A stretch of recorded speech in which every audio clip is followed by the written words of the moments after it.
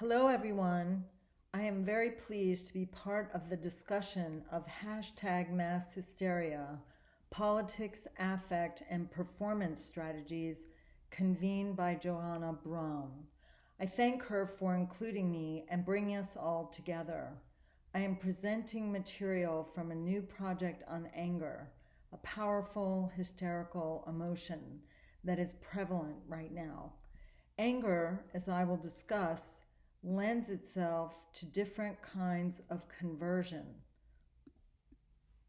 from the psychological to the social, an aberrant conversion, as well as to transformative conversion through comedy. My talk is titled Hysterical Intersections, Projection, Conversion, Rage.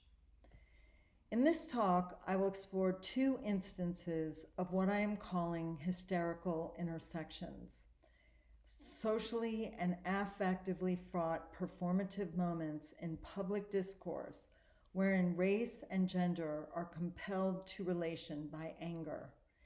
These performative moments, enabled, staged, and disseminated by traditional or social media, embed intersections of race and gender in public discourse to toxic or comic effect. I designate these hysterical intersections because hysteria signals both the intense affect, anger or mirth, and the conversions and or transpositions they affect between the psychological and the social in the case of anger, and the affective and the instructional in the comic. Scene 1, Donald Trump's intersectional theater of rage. Anger is a social emotion. Sylvan Tompkins observes that if other negative emotions, such as terror, distress, and shame, are individual problems, anger, especially rage, threatens others and is thereby a social problem. Anger threatens because it often does not stay put, contained, in the angry person's body. Tompkins writes, quote, "Anger is the least likely to remain under the skin of the one who feels it. And so it is just that affect all societies try hardest to contain within that envelope under the skin, or to deflect towards deviance within the society or towards barbarians without," end quote. Anger's excessive character prompts universal social attempts to contain it. Tompkins' brief but provocative comments about deflection suggest that anger unsuccessfully contained is either wreaked or blamed upon those othered within or without a given social order. He casts anger as both psychological and sociological challenge in the multiple ways it seeks and blurs boundaries and distinctions. To deflect is to cause to swerve or set aside. Deflection is a narcissistic psychological defense, which in the case of anger swerves from self to othered, from psychological to sociological, whereby, quote, in an attempt to draw attention away from oneself, one deflects blame to others, end quote. Anger, shuttling between psychological containment or social deflection, tends to confusions that range from who is really angry to why and how much. Tompkins argues that anger functions, quote, to make matters worse and to increase the probability of an angry response, end quote. For Jack Katz, anger fuels an unself-conscious moral storytelling from a victimized perspective, cast as a communal concern. Audre Lorde, by contrast, asserts anger's function among peers as an important tool against racism, a spotlight, a source of energy and information. For all three, anger must be carefully considered because of its proclivities to reaction, distress, and confusion. Anger's confusions derive from the often unfelt distinction between feelings and cognition. For example, the anger we feel towards someone is real, whether or not we understand correctly what they have done or why. In addition, anger spurs cognitive interpretations that are often wrong because neurologically negative reactive feelings occur more quickly than cognitive reflection and can shape or distort that reflection. Tompkins writes, quote, "There's always some ambiguity in the experience of anger, both what one is angry about and why one is angry," end quote. Anger generates dramas, creates victims and stories from these confusions. I would like to do a close reading of a recent instance in public discourse that demonstrates an hysterical intersection wherein race and gender become confused in the social deflections anger produces. Within hours of Joe Biden's selection of Senator Kamala Harris as his running mate in August 2020, Donald Trump spoke to Fox Business Network saying, and I'm quoting him verbatim, that Harris was, quote, "sort of a madwoman, I call her, because she was so angry and such hatred with Justice Kavanaugh," end quote. Trump rarely speaks in grammatical sentences, and this brief string of moralizing associations is characteristic of him. Here, he rationalizes his judgment of Harris and her mental state based on what he asserts are the negative affects she expressed toward Supreme Court nominee Brett Kavanaugh. For Trump, a woman who is mad, angry, is another kind of mad, sort of insane. He also emphasizes the intensity of her supposed affects, so angry and such hatred. Notably, Trump weighs in on Senator Harris, not on his own behalf, but in relation to a man who he perceives as being disrespected and victimized by her. As others have observed, his words converted Kavanaugh's Supreme Court confirmation hearings into an angry black woman drama. In Trump's imagined scenario, Senator Harris's madness, anger, and hatred are directed at an innocent white man, Justice Kavanaugh, who notably did not yet have the standing Trump ascribes to him when Harris questioned him. There are many confusions to unpack here. Trump's remarks confuse the what of women's anger, equating it with madness. Further, his preemptive use of the title Justice Kavanaugh contrasts Harris's so-called negative affects with the justice's presumed objectivity and partiality. However, looking at the tape of Senator Harris's brief questioning of Kavanaugh reveals that she actually evinced no emotion. She was all business.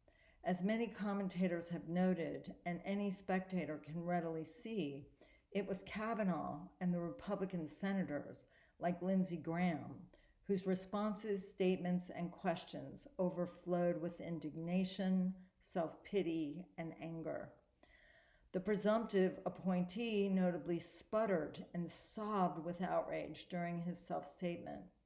Thus, another confusion is that Trump's terse comments pointedly and efficiently misconstrue who was actually angry, displacing the intense emotions that Kavanaugh and others felt and displayed onto Senator Harris.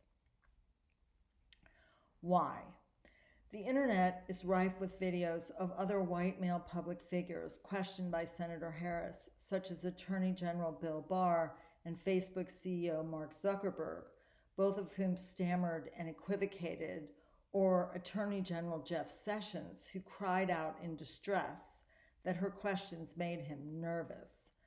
Sessions' agitation led Republican pundit Jason Miller to call Harris hysterical, another clear deflection of who was feeling what, identical to Trump's.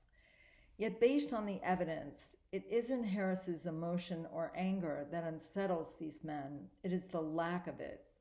Her incisive and dispassionate delivery of questions, absent time-consuming niceties, defy the benevolent, enabling, and emotional labor men expect from women. These men's affect and discomfort needs to be read in that light. What was striking about the Kavanaugh confirmation hearings was the male hysteria expressed by the Republican senators, their candidate, and punditry of how dare you question me. That hysteria was not about the law, not about due process. That was about presumed white male privilege insulted and the rage and tears it provoked. Trump's 18 words to Fox Business News deflected the reality of Kavanaugh's manifest anxiety and intimidation during Harris's questioning to what Trump fantasized were her anger and hatred. His fantasy thereby shifted not only who was having intense affect from Kavanaugh to Harris, but also what was being felt, from actual white male fear and intimidation to fantasized black female anger and hatred. To that point, Trump's scenario infers both a false sense of sequence and of causality. In the first place, his words suggest that Kavanaugh had already been appointed Supreme Court Justice when Harris supposedly exhibited such disrespect of him. In the second, he implies that Senator Harris's affects, not her questions, caused Kavanaugh's excessive reactions and discomfort. In both instances, this distorted timeline and fantasized causality present Kavanaugh as a victim, while utterly obfuscating the reality of his problematic confirmation process and Harris's professional role in it. Trump's fragmented comments on Harris convey no facts or details, but merely seek to incite from the position of an objective witness moralistic anger on Kavanaugh's behalf. Significantly, Trump does not express the anger as his own, but rather attributes it to Harris in a retroactively racialized and gendered deflection. Upon close examination in the dramatic scenario Trump's comments evoke, his is the only anger, which he fantasizes and feels through Harris. She becomes the medium for his anger, which he then defends himself against. Trump's comments are never about truth, but they do reveal his affect, his fear and anger. He positions himself as a concerned onlooker to the affective scene he imagines between Kavanaugh and Harris. What stakes occasioned his remarks? Senator Harris had just been selected as his competitor in the race for the White House. Given that he has been accused multiple times of sexual harassment, he is not unlike Kavanaugh. Sensitive to every possible and anticipated slight, Trump was getting out in front of being held to account by a calm, highly professional black senator doing her job. And her new job had just become defeating him in the election. Unable to contain his anger, he deflects it to a deviant social stereotype, converting his own psychic fantasy of a president is being beaten to an angry black woman drama. This deflection and conversion of white male psychic pathology to racist, misogynist social drama crystallizes not only key dynamics of Trump's anger, but also of his presidency and the partisanship it has instigated. A performative theater of anger whose chaotic, racialized, and gendered dramas derive from deep wells of denied, entitled, and projected rage. Scene 2, Sarah Cooper's comic conversions, sinking Trump.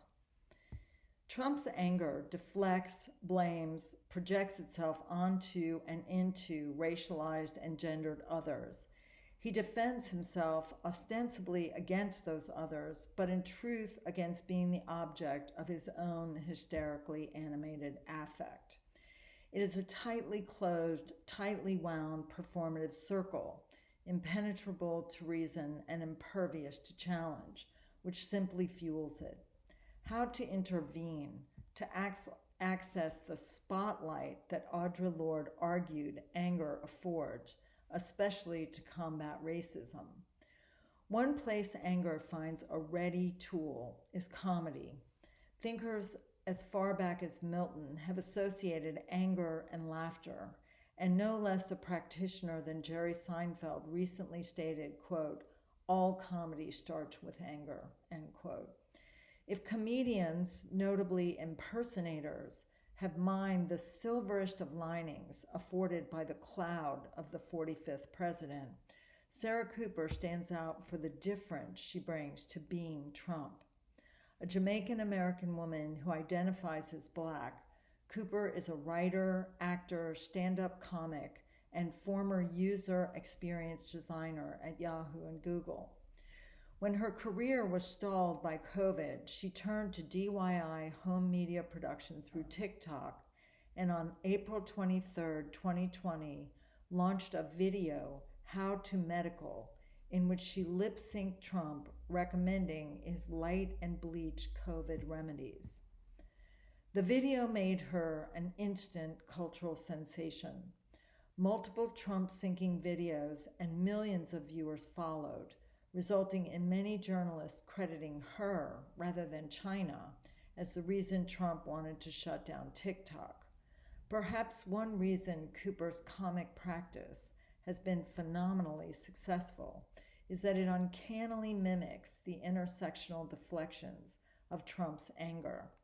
Whereas he attempts to stir up partisan anger through the racialized and gendered deflection of his own, Cooper uses her Black female body to speak white male presidential Trump, to express him as and with herself so that viewers can hear his words, feel his affect as they have not before.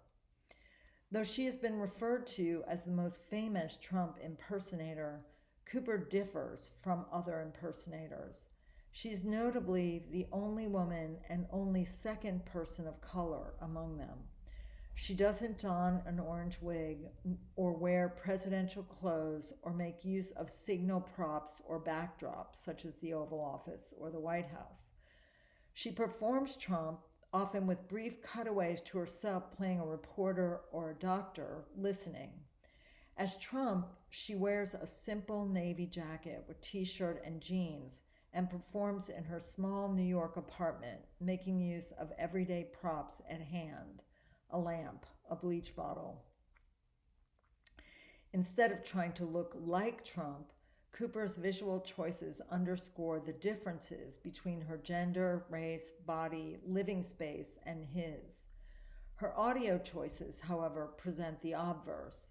She does not do Trump impressions attempting to speak like him, but rather takes his actual voice, lip-syncing sound clips she creates from the inexhaustible supply of recorded Trump on the internet.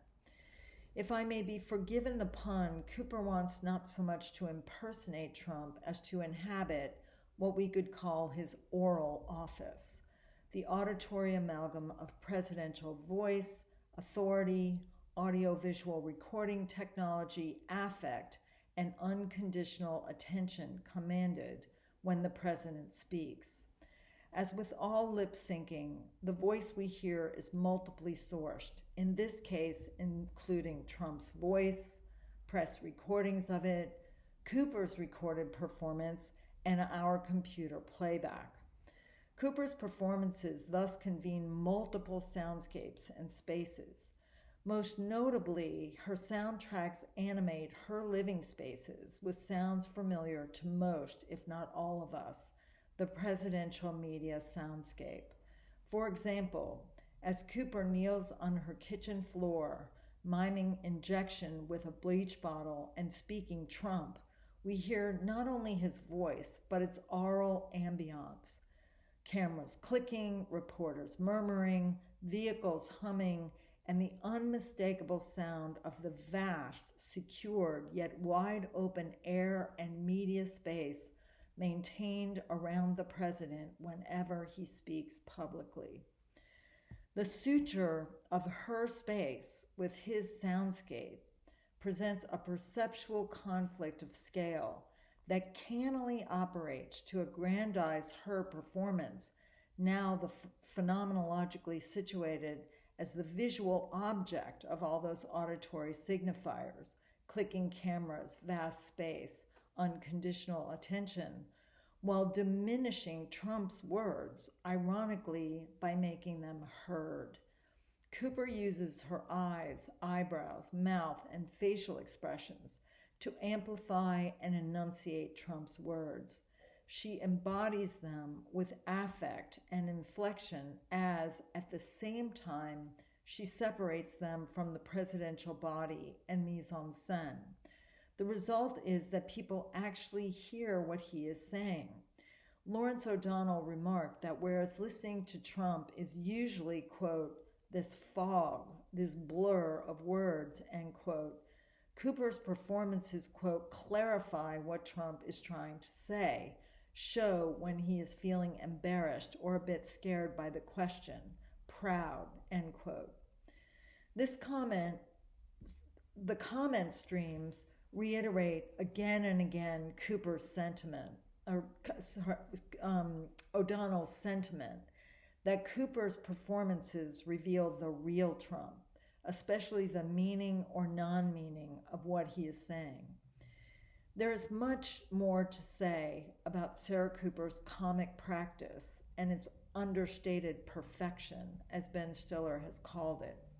But for now, I would like to conclude with a brief consideration of the why of what I'm calling her performative hysterical intersection. The titles of Cooper's pieces suggest their instructional purpose and affiliation with the internet how-to genre, made up of informal and often short videos, quote, describing how to accomplish specific tasks designed to help non-experts, end quote. Cooper's how to medical, how to black people, how to Bible, how to bunker, and how to per capita identify the subjects of Trump's disquisitions and convert them to verbs, tasks that she then models how to do at home. What are they teaching us to do? While Cooper has referenced her anger and frustration at Trump in interviews, she also regularly speaks of envy and also inspiration. How, quote, his words in her head, end quote, have helped with her own imposter syndrome, the second-guessing and self-undermining that many women suffer. Speaking to Nicole Wallace, she summed it up, quote, if there's something you can't do, just remember, Donald Trump is the President of the United States, and that should make you realize anything is possible, end quote. In How Toing Trump, Sarah Cooper pulls from the hysterics playbook, a la Irigaray and other feminist theorists, mimicking Trump earnestly, genuinely. In the hysterical intersection her videos evoke, she does not deflect her affect onto him, but rather takes on, inhabits, performs his. We experience his symptom through her skill. Her black female actor's body takes over temporarily his oral office, such that many, for once, can really hear what he is saying, can hear that, quote, he literally has no idea of what he is talking about, end quote. In the convergence of affect, technology, and technique from which her performances derive, we experience the confidence in the con in the confidence that is the truth of Donald Trump and the mastery of Sarah Cooper. Thank you.